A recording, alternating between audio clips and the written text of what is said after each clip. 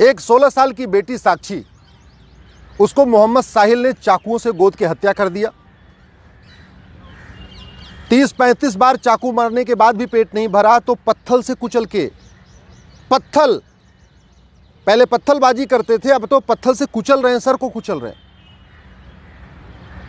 और इस हत्या के बाद जैसे हमेशा होता आया, ट्विटर पे ट्रेंडिंग हो गई जस्टिस फॉर साक्षी।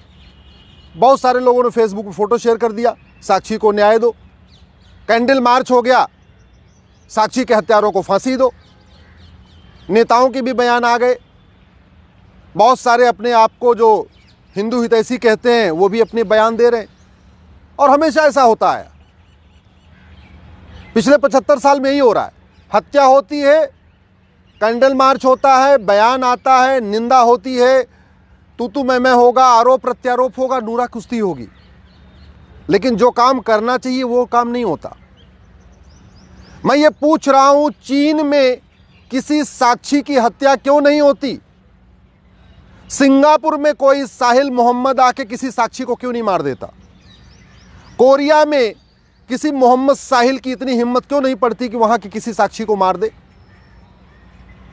ये भारत में ही मोहम्मद साहिल साक्षी को क्यों मारता है? जानते हैं क्यों? क्योंकि हमारा कानून घटिया है, हमारी शिक्षा व्यवस्था घटिया है। जब तक यह अल्पसंख्यक बहुसंख्यक का खेल खत्म नहीं होगा तब तक मोहम्मद साहिल साक्षी को मारता रहेगा। जब तक इस देश में ये मदरसा मिशनरी स्कूल बंद नहीं होंगे और समान शिक्षा लागू नहीं होगी तब तक मोहम्मद साहिल साक्षी को मारता रहेगा।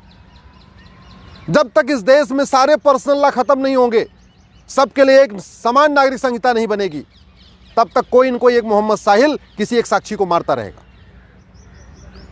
जब तक इस देश में कठोर कानून नहीं होगा, 1 घंटे के अंदर एफआईआर हो, 1 महीने के अंदर जांच पूरी हो और 1 साल के अंदर फांसी पे लटका दिया जाए दरिंदों को, जब तक ये कानून नहीं बनेगा, पुलिस चार्टर, जुडिशियल चार्टर नहीं लागू होगा, तब तक रोज एक मोहम्मद साहिल किसी एक साक्षी को मारता रहेगा। इसलिए मैं बार बार कहता हूं, तू मैं करने, निंदा करने, आरोप प्रत्यारोप करने, कैंडल मार्च करने, ट्विटर ट्रेंडिंग करने, फेसबुक पे लिखने,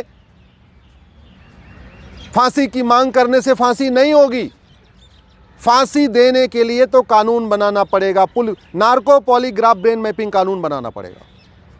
अब उससे पुलिस पूछताछ कर रही, चलती रहेगी पूछताछ, गवाहों के बयान होते रहेंगे, इधर जिरा होगी, उधर जिरा होगी, यही चलेगा, फांसी नहीं होगी। आज तक फांसी हुई किसको? कमलेश तिवारी के हत्यारों को फांसी हो गई क्या? बादल के हत्यारों को फांसी हो गई क्या? डॉक्टर नारंग के हत्यारों को फांसी हो गई? हिना तलरेजा के हत्यारों को फांसी हो गई? अंकित सक्सेना के हत्यारों को फांसी हो गई? कितने हत्यारों को फांसी हुई? इसके बावजूद फांसी मांग करते रहते। अरे भैया, फांसी की मांग करने से फांसी होनी होती तो अब तक 1000-2000 को फांसी हो गई होती, किसी को नहीं हुई। और कोई ऐसा दिन नहीं गुजरता जब भारत में कहीं न कहीं एक जगह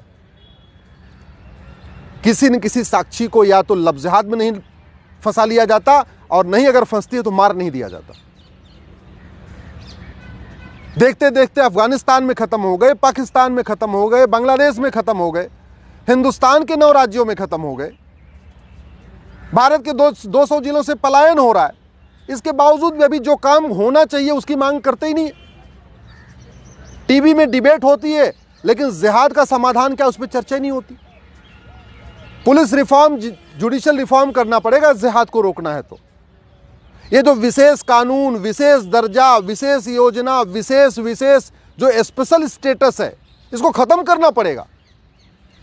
ये अल्पसंख्यक बहुसंख्यक का कॉन्सेप्ट खत्म करना पड़ेगा, माइनॉरिटी मेजॉरिटी का कॉन्सेप्ट खत्म करना पड़ेगा, मदरसा मिशनरी स्कूल बंद करना पड़ेगा, गुरुकुल शिक्षा लागू करनी पड़ेगी, वैदिक शिक्षा लागू करनी पड़ेगी, जिससे क्या खाना है क्या नहीं खाना, क्या पढ़ना है क्या नहीं पढ़ना, क्या देखना है क्या नहीं देखना, क्या सुनना है क्या नहीं सुनना, इस चीज का भाव बच्चे में बचपन में डालना पड़ेगा। ये पर्सनल लॉ खत्म करके समान नागरिक संहिता लागू करना पड़ेगा, तब जाके सबके बीच में प्रेम बढ़ेगा, तब जाके साक्षी बचेगी। ऐसे नहीं बचेगी बतौलेबाजी करने से, भाषणबाजी करने से। घुसपैठियों के खिलाफ फांसी देने का कानून बनाना पड़ेगा, जिहादियों को फांसी देने का कानून बनाना पड़ेगा। और न्यायिक व्यवस्था ठीक हो, न्यायिक व्यवस्था 1 साल के अंदर सजा होना शुरू हो जाए, इसके लिए जुडिशियल चार्टर लागू करना पड़ेगा। मेरा आप लोगों से हाथ जोड़ के निवेदन है, इस वीडियो को घर घर पहुंचाइए, अधिक से अधिक शेयर करिए। बहुत हो गया तू मैं, बहुत हो गया नूरा कुश्ती, बहुत हो गया आरोप प्रत्यारोप। इससे कुछ नहीं होने वाला, न जिहाद रुकेगा, न मजहबी उन्माद रुकेगा, न साक्षी बचेगी। देश को बचाना है, सनातन संस्कृति को बचाना है तो कानून बनाना पड़ेगा। Police reform, judicial reform, election reform करना पड़ेगा, एजुकेशन रिफॉर्म करना पड़ेगा। इसलिए मेरा आपसे निवेदन है, इस वीडियो को अधिक से अधिक लोगों तक पहुंचाइए। अपने सांसदों को टैग करके ट्वीट करिए, अपने क्षेत्र के विधायकों तक पहुंचाइए, अपने सारे व्हाट्सएप ग्रुप में फैलाइए। लोगों को पता चलना चाहिए कि समाधान कानून बदलना ही है। कानून बदलने से समाधान होगा, अच्छी अच्छी बातें करने से नहीं।